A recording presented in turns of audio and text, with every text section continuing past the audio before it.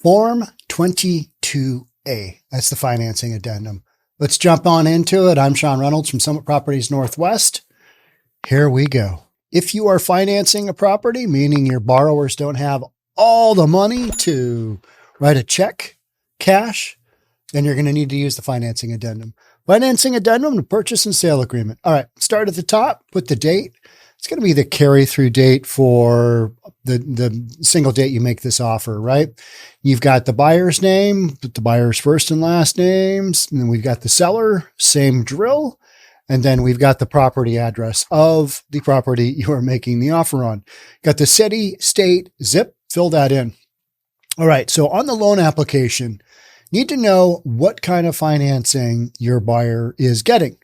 Is it a conventional first, a conventional second, a bridge, VA, FHA, USDA, home equity, down payment program, or other? Check those boxes appropriately depending on what kind of financing your buyer is getting. If you're not sure, check with your buyer's mortgage person, banker, whomever's handling their financing. And then the other major consideration here is you can check the box here and put in the actual dollar amount for the down payment, or check the box and put in, okay, it's going to be 20% of the purchase price. So you're either going to do a percentage or you're going to do the other one there, actual dollar amount. Most people go percentage down. And then for the subject property, you're going to have that the buyer needs to have applied for this mortgage within 5 days is the default. You can change that to quicker or longer as depending. Quicker is typically better because that's less time that the seller has to wait around. And have they applied? Are they serious about this deal or not? Okay. So go through. Okay. Here's a pro tip. If you haven't been following any of these other forms, within the Express Forms library, you can scroll down. You've got the forms on the left-hand side, and this is under all forms. You can scroll down. Let's go down to Form 22A. Here on this side, we've got Manual 22AR.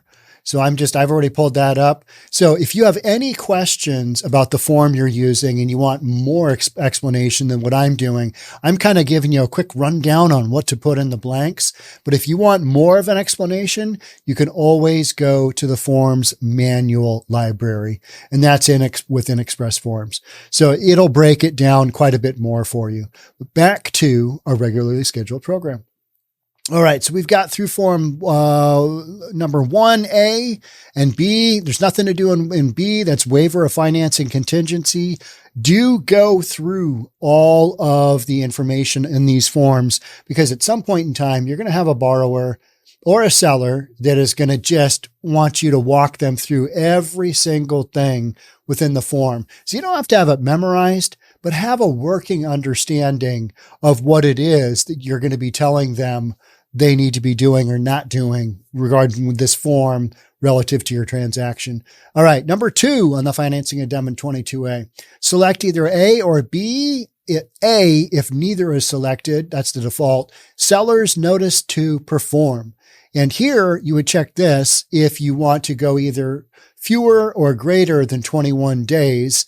And that is after mutual acceptance, the seller can basically make the buyer perform. Hey, we're going to give you this form and you're going to remove the financing contingency or you're not. And you go through those variables, right?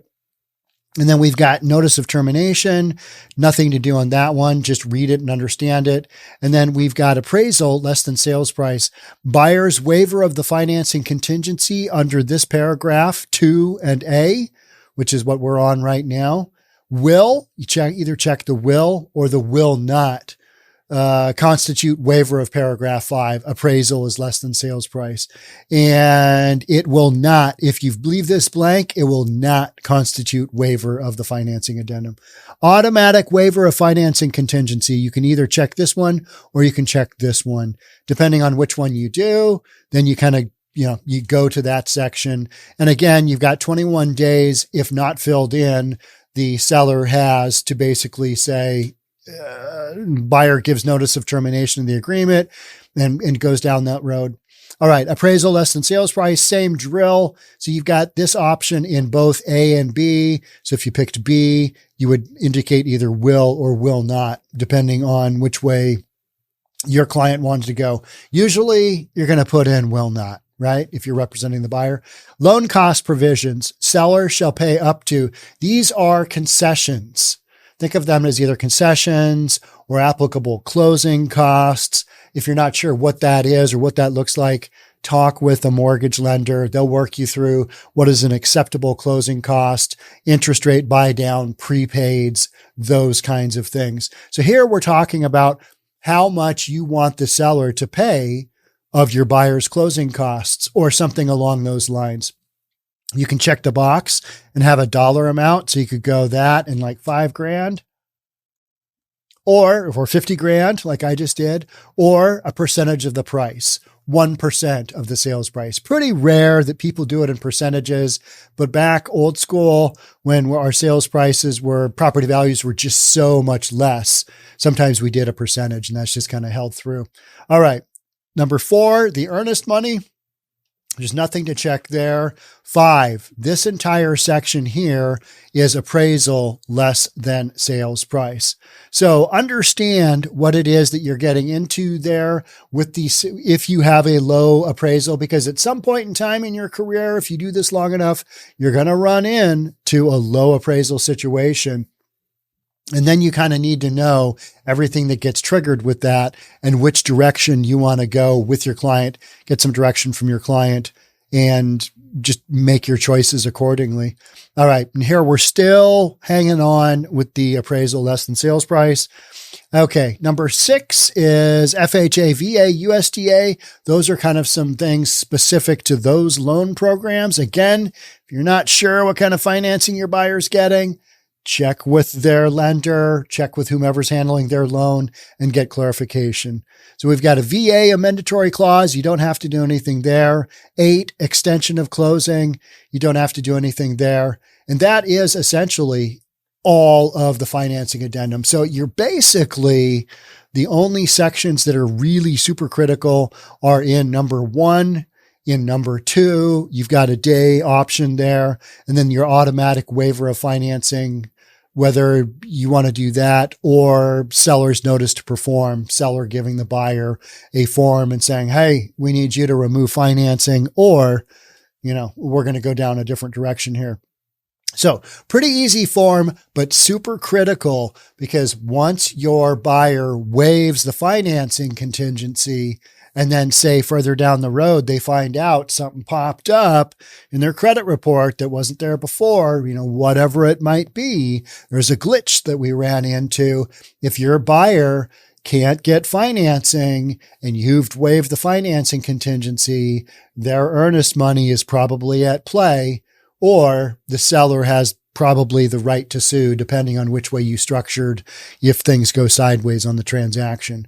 So having the out for financing until you know darn well that your buyer is approved, keep your financing contingency in place unless you're just convinced, or if you need it for a competitive reason, meaning you're going up against cash buyers, but then know that if your buyer can't get that financing and you've waived it, and they might lose their earnest money, or worse, the seller might sue them for specific, performance of the contract, and things just go south from there. But just be aware of exactly what it is that you're filling in here, and know that financing form 22A is an important form. All right. That's it. That's it for me. Make sure you check out our other forms. We've got a form on just about everything major here within the MLS. Also, Summit Properties Northwest, we're located here in Bellevue. We do a simple 80-20 split. There are 0 desk fees. We do a low $16K cap on an annual basis. We pay for your E&O. We've got a lot of things going here, but one of them is that you do not pay any monthly fee. The only monthly fees you're going to pay are your MLS dues and things you'd standard have, on your own anyway. But no fees monthly to Summit, just the 80-20 split, 16K cap. All right. That's it for me. I'll see you on the next form. Bye for now.